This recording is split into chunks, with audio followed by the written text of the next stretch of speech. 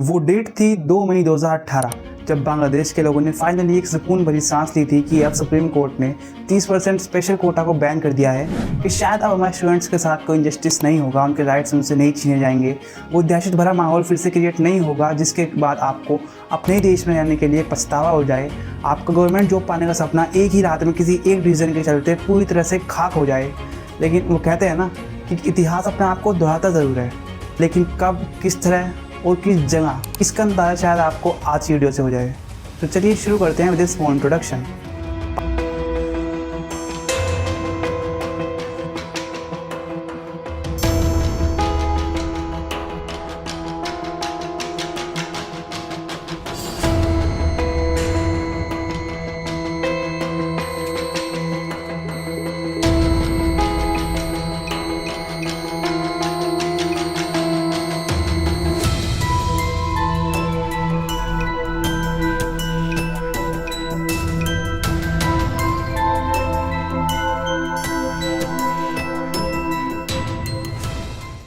5 जून 2024 Bangladesh high court announce करता है कि वहाँ पर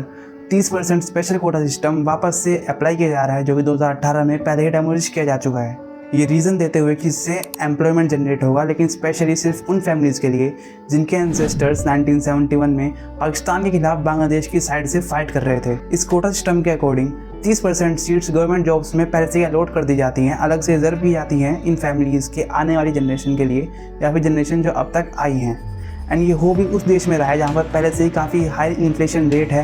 एंड 169 में से 19 million youth unemployment crisis face कर रहा है। अब सुनने में शायद ये नंबर थोड़े स्मॉल लगते हों, बट अगर इसकी डेप्थ में उतरेंगे तो शायद ये सिनेरियो आपको थोड़ा बदलता हुआ दिखाई दे, क्योंकि पूरे बांग्लादेश में ओनली 48 मिलियन यंग जनरेशन है एंड उनमें से भी 19 मिलियन अनएम्प्लॉयड हैं। अब अगर एक विन विन सिचुएशन भी अगर हम इमेजिन करें कि इसमें से 50% लोग यानी कि सिर्फ 10 मिलियन लोग जो है गवर्नमेंट जॉब प्रेफर करते हैं, सो उनमें से भी फ्री एंड फेयर कॉम्पिटिशन के चलते कम से कम 50% यानी कि 10 मिलियन का 50%, 5 मिलियन को तो गवर्नमेंट जॉब एम्प्लॉयड होनी चाहिए ना, right? But the reality is completely opposite, because Bangladesh में जॉब्स का सिनेरियो काफ़ी अलग तरीके से वर्क करता है। फॉर एग्जाम्पल, अगर 100% सीट्स भी गवर्नमेंट में वैकेंट हैं तो उनमें से 10% जाएंगी ओनली वुमेंस को, 10% अलॉटेड होंगी ओनली बैकवर्ड क्लासेस को एंड 5% अलॉटेड होंगी माइनर क्लास को, मीन्स जिनकी पॉपुलेशन काफ़ी कम है बांग्लादेश में, एंड 1% अलॉट होंगी फिजिकल डिसेबल लोगों को, एंड टोटल हुआ 26%, जो कि एक नॉर्मल फिगर लगता है, राइट? बट अगर इसमें 30% स्पेशल कोटा ऐड कर दिया जाए देन इट बिकम्स 56%, यानी कि मेहनत से लीगली मेरिट बेस्ड कॉम्पिटिशन को फेस करके आने वाले स्टूडेंट्स के पास पूरे बांग्लादेश में ओनली 44% सीट्स हैं गवर्नमेंट सेक्टर के अंदर। अब इसी इंजस्टिस के चलते बांग्लादेश स्टूडेंट्स सड़कों पर उतर गए आंदोलन करने के लिए, जो कि काफ़ी नॉर्मल है, काफ़ी कंट्रीज़ में होता है। जैसे कि जापान में लोग ब्लैक रिबन से शो करते हैं, लद्दाख में कोई भूख हड़ताल से शो करता है, सो कोई पीसफुल प्रोटेस्ट निकाल के विदाउट वॉयलेंस अपनी नाराज़गी व्यक्त करता है, राइट? बट इसका अंदाज़ा किसी को दूर दूर तक नहीं था कि बांग्लादेश में पिछले 15 साल से पीएम रहने वाली शेख हसीना अपने ही देश के स्टूडेंट्स के खिलाफ अपने देश में एक इंटरनल वॉर का ऐलान कर देंगी। जी हाँ, अब वॉर्स में बेसिकली क्या यूज़ होता है? Automated rifles, short guns, grenade launchers, commandos from helicopters. And imagine करिए यही सेम सिनेरियो अगर देश के अंदर अप्लाई कर दिया जाए तो क्या डिफरेंस रह गया देश के दुश्मनों में और देशवासियों में। ऑलमोस्ट 600 प्लस स्टूडेंट्स की डेथ हो चुकी है बांग्लादेश में एंड 4000 से ज़्यादा स्टूडेंट्स को डिटेन करके जेल में डाल दिया गया है, एंड वो भी सिर्फ प्रोटेस्ट करने के दौरान नहीं बल्कि उनके रेजिडेंट्स में घुस कर उनको डिटेन कर दिया जा रहा है। एंड इन सब के बावजूद भी अगर वो बाहरी सपोर्ट की हेल्प लेना चाहते हैं, जैसे किसी सोशल मीडिया हैंडल्स की, अपने फॉलोअर्स की, अपने फैमिलीज़ की, सो उस चीज़ को नॉकआउट करने के लिए पूरे बांग्लादेश में इंटरनेट कनेक्शन ऑफ कर दिया जाता है पूरे 5 दिन के लिए। हालांकि 5 दिन सुनने में काफ़ी नॉर्मल लगता है, बट ऐसी कंडीशंस में जहाँ पर सेकंडों में लोग मारे जा रहे हों, उनको उठाकर जेल में डिटेन किया जा रहा हो बिना किसी प्रूफ के, काफ़ी खतरे में डाल देता है ऐसी ज़िंदगियों को जो भी बांग्लादेश में अकेले रह रहे हैं या फिर फैमिलीज़ के साथ भी रह रहे हैं, क्योंकि इतने लॉन्ग टाइम स्पैन में उनके साथ क्या हुआ, कितने डेड हैं, कितने लाइव हैं, ऐसी इंपॉर्टेंट इन्फॉर्मेशन भी उनकी फैमिलीज़ तक नहीं जा पाई। अब इस पर बांग्लादेश गवर्नमेंट का रिस्पॉन्स है कि हम तो स्टूडेंट्स के फुल फेवर में हैं, इवन हमने तो स्टूडेंट्स को सपोर्ट भी किया था, सजेस्ट भी किया था कि आप हमारे साथ अगर हाई कोर्ट के डिसीजन के अगेंस्ट जाते हैं, उसको चैलेंज करते हैं, बट ये स्टूडेंट्स ही पागल हैं, इन्होंने हमारी नहीं सुनी एंड अकेले अपील कर दिया एंड प्रोटेस्ट करना स्टार्ट कर दिया। But is it really true? Well, the answer is no,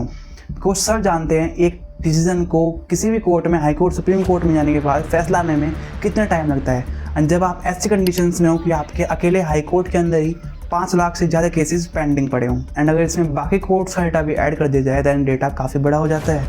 अब अगर एक बार के लिए मान भी ले जाए कि स्टूडेंट्स गवर्नमेंट के साथ अपील करते हैं, दैन इस बात की क्या गारंटी है कि इस बार का डिसीजन स्टूडेंट्स के फेवर में आएगा। एंड कम्प्लीटली बायस ना होते हुए पीएम शेख हसीना का डिसीजन ही इनडायरेक्टली हाई कोर्ट नहीं सुनाएगा, क्योंकि ये पॉसिबल ही नहीं है कि 15 साल से पावर में रहने वाली गवर्नमेंट के अंडर एक इतना इंपॉर्टेंट डिसीजन लिए जाए एंड गवर्नमेंट को उसकी कानों कान कोई खबर ना हो। इसका अंदाजा आप इस बात से लगा सकते हैं कि पीएम शेख हसीना के खिलाफ फिलहाल जो भी जा रहा है, चाहे वो स्टूडेंट्स काउंसिल हो या फिर उनके अपोजिट टीम लीडर्स हों, उन सबको देशद्रोही या फिर आतंकवादी का टैग देकर अंधाधुंध जेल में ठूसा जा रहा है। एंड इन सब के चलते बांग्लादेश की इकोनॉमी भी काफ़ी हाईली इफेक्ट हुई है। फॉर एग्जांपल, एजुकेशन मिनिस्ट्री के रूल्स के अकॉर्डिंग आप किसी भी एजुकेशनल इंस्टीट्यूट, कॉलेज, यूनिवर्सिटी या फिर स्कूल इंक्लूडिंग मदरसा ओपन नहीं रख सकते। और बचा कुछ आपको गली मोहल्ले में अगर आप निकलते भी हैं अपने सिटी में कहीं पर भी, तो आपको हथियारों से लैस कमांडोज देखने को मिल जाएंगे। वो अलग बात है कि इतना सब कुछ इम्प्लीमेंट करने के बाद भी बांग्लादेश की हालत में कोई ऐसे मेजर चेंजेस देखने को नहीं मिले हैं।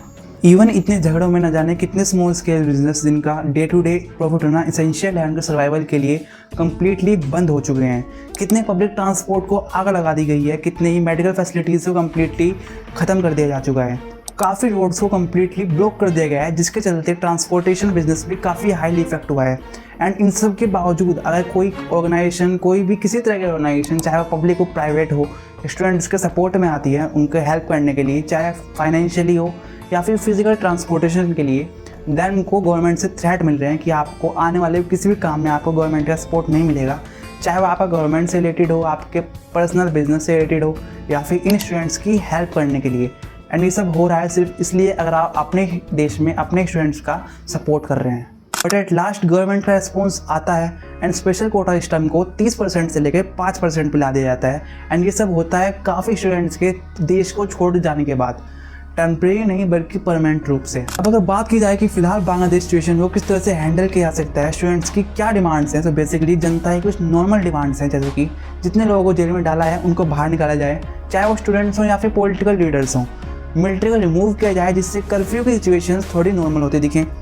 सभी एजुकेशन इंस्टीट्यूट्स जिनको बंद किया गया है या फिर पूरी तरह से तोड़ दिया गया है उनको वापस रिबिल्ट या फिर रीओपन किया जाए, इससे पूरी जनता की कंडीशन थोड़ी थोड़ी नॉर्मल होती दिखे टाइम के साथ। एंड जितने लोगों की जान गई है इन प्रोटेस्ट के चलते, एंड जो लोग सिर्फ अपने बच्चों पर डिपेंड थे अपनी पूरी लिवलीहुड के लिए, उनके लिए क्या अलाउंस दिया जाएगा, उनको गवर्नमेंट किस तरह से हेल्प करेगी, ये तो अभी देखने वाली बात है। एंड सेकेंडली, गवर्नमेंट को स्टूडेंट्स के साथ कंसल्ट करके एक कॉमन ग्राउंड को फाइंड करना चाहिए जिसके चलते दोनों ग्रुप्स में कोई झगड़ा ना हो, कोई आपसी मतभेद ना हो। एंड गवर्नमेंट जॉब्स में थोड़ी वैकेंसी ज़्यादा डाली जाए एंड थोड़ी ट्रांसपेरेंसी ज़्यादा बढ़ती जाए, इससे सभी स्टूडेंट्स को ये एश्योर कर सकें कि आप कोई आपके साथ इंजस्टिस नहीं हो रहा है, कोई भी स्पेशल कोटा किसी स्टूडेंट्स को नहीं अप्लाई किया जा रहा है। अभी तक हम सभी